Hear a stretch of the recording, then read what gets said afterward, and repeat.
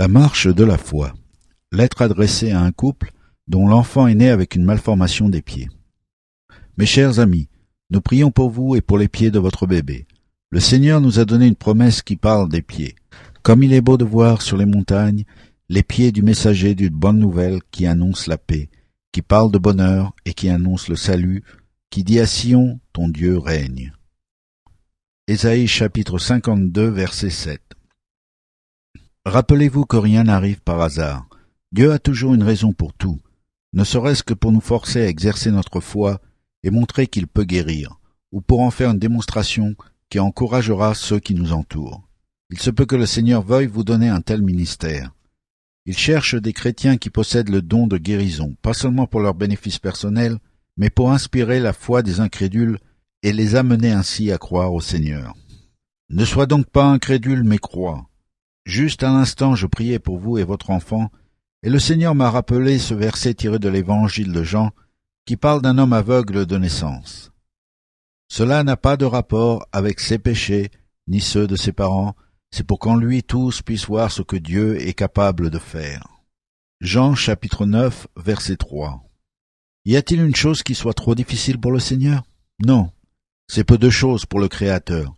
S'il peut créer un bébé, il est certainement capable de redresser ses pieds. Celui qui l'a créé est tout à fait capable de le guérir. Je suggère que vous priez sincèrement pour la guérison de votre enfant, avec d'autres croyants si possible, et ensuite attendez-vous à un miracle. Votre part à vous, c'est de prier. Quant au reste, c'est l'affaire de Dieu. Car rien n'est impossible à Dieu, et tout est possible à celui qui croit. Faites confiance à Dieu, il ne peut échouer. De toutes les promesses qu'il a faites, aucune parole n'est restée sans effet. Dans ma famille, nous avons eu beaucoup d'accidents et de maladies, mais le Seigneur nous a toujours guéris. Le juste doit passer par beaucoup de souffrances, mais l'Éternel l'en délivre toujours. Quand j'avais 3 ans, je me suis fait écraser le pied par une automobile.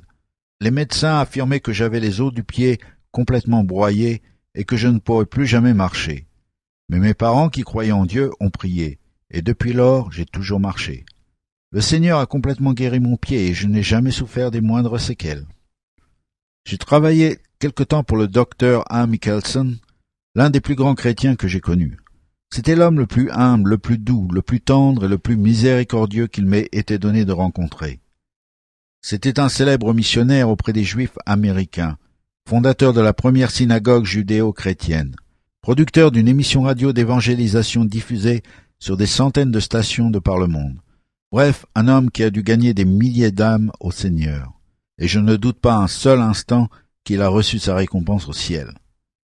Il se trouve qu'il avait une grave malformation au pied qui le faisait constamment souffrir et l'obligeait à se servir de béquilles. C'est sans doute pour cette raison qu'il éprouvait autant de compassion pour les autres. En effet, c'est le réconfort que nous trouvons dans le Seigneur qui nous permet de réconforter les autres. Comment pouvons-nous être plus que victorieux? En étant bons perdants et en louant Dieu même dans notre affliction. Le docteur Michelson avait une foi miraculeuse pour gagner les âmes ainsi que pour lever des fonds pour les missionnaires.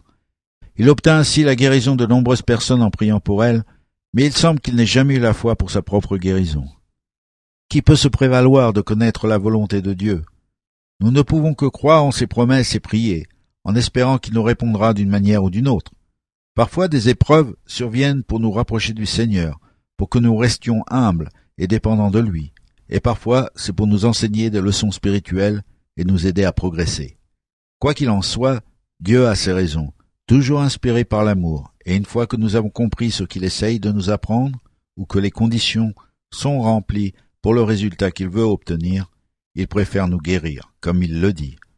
Il veut nous guérir, mais il veut aussi que nous tirions des leçons de nos afflictions, et que nous les laissions accomplir son dessein, son plan. Certains durent attendre patiemment des années durant que Jésus ou ses disciples viennent les guérir. Mais le moment venu, le Seigneur intervint miraculeusement. Ainsi en fut-il de l'homme qui boitait de naissance et dont la guérison eut pour résultat la conversion de 5000 personnes en un seul jour. Miracle qui mit l'Église primitive sur le chemin de la gloire. Alors, attendez-vous à un miracle pour la gloire de Dieu.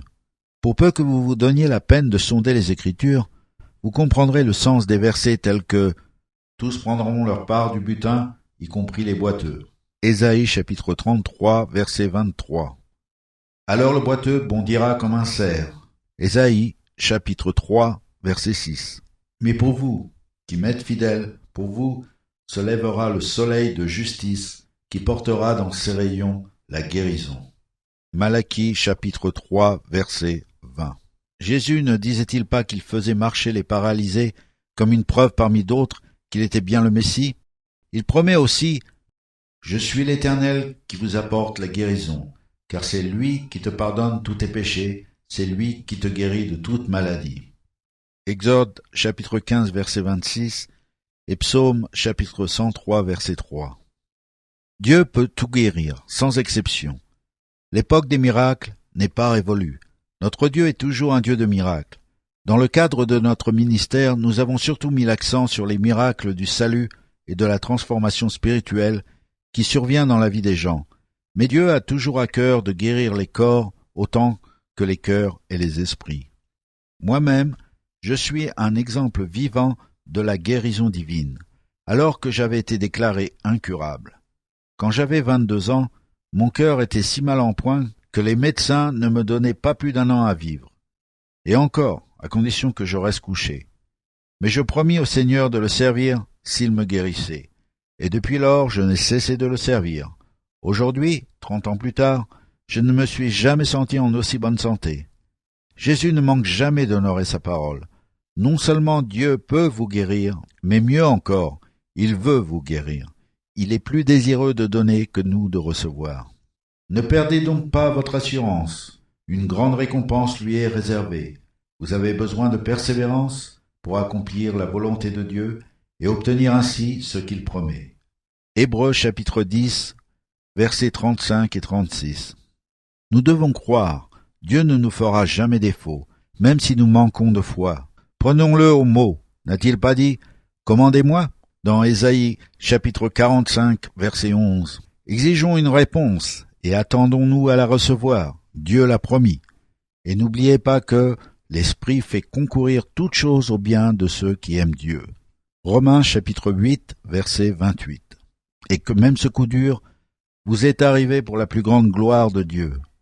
Aimez-le, faites-lui confiance et louez-le plus que jamais, et je suis certain qu'il ne vous fera pas faux bond. Il ne peut se renier, il est obligé de tenir sa parole. Rappelez-lui ses promesses, mémorisez-les, récitez-les continuellement. Ne doutez jamais un seul instant que Dieu va vous exaucer, et il le fera. Il doit le faire, il veut le faire. Faites-lui confiance et remerciez-le de vous avoir exaucé, même si vous n'en avez aucun signe immédiat. Votre foi est plus précieuse que l'or. Que Dieu vous bénisse, je prie pour vous.